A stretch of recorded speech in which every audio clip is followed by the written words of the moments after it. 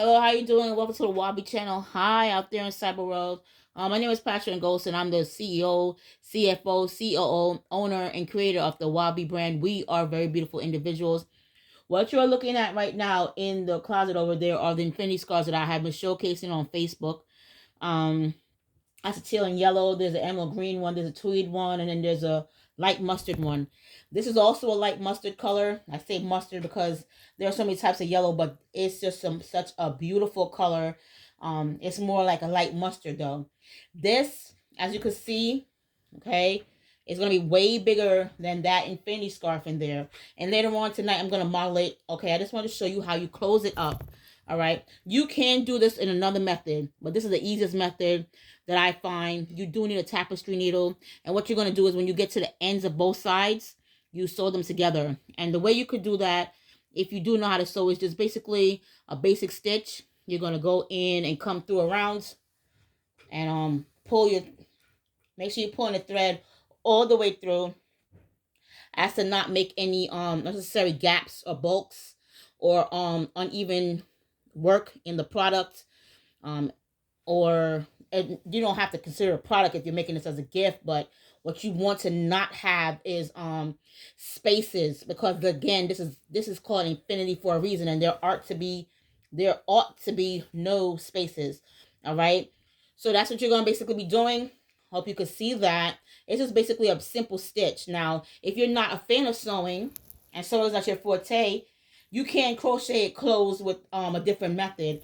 But I suggest you invest in this, what I call a tapestry needle, a crochet needle, or just basically a needle that could penetrate through bulky items like how this is bulky. This is one of my favorite stitches to do.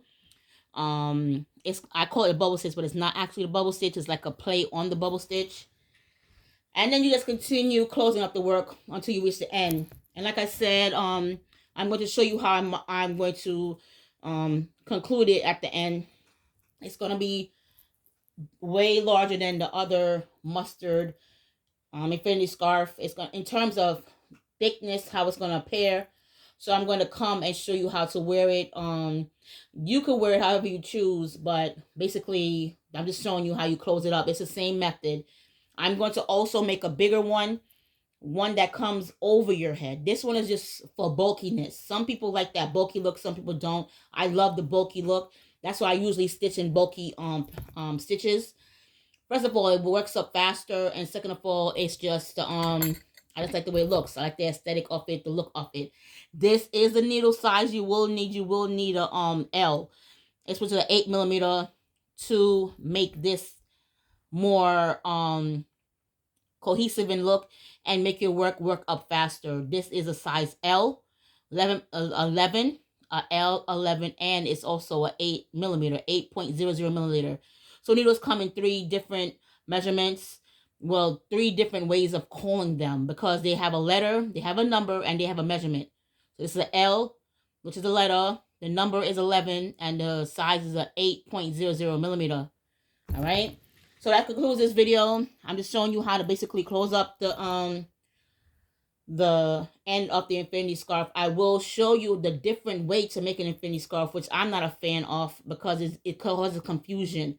Truthfully, when you do it in the round circle up and you multiply up, I find it easy to just make a scarf and then sew the sides together. You would never know the difference because you have to sew it together when you do it the other way as well to make sure your work is uniformed. So what would be the point? What's the difference, right?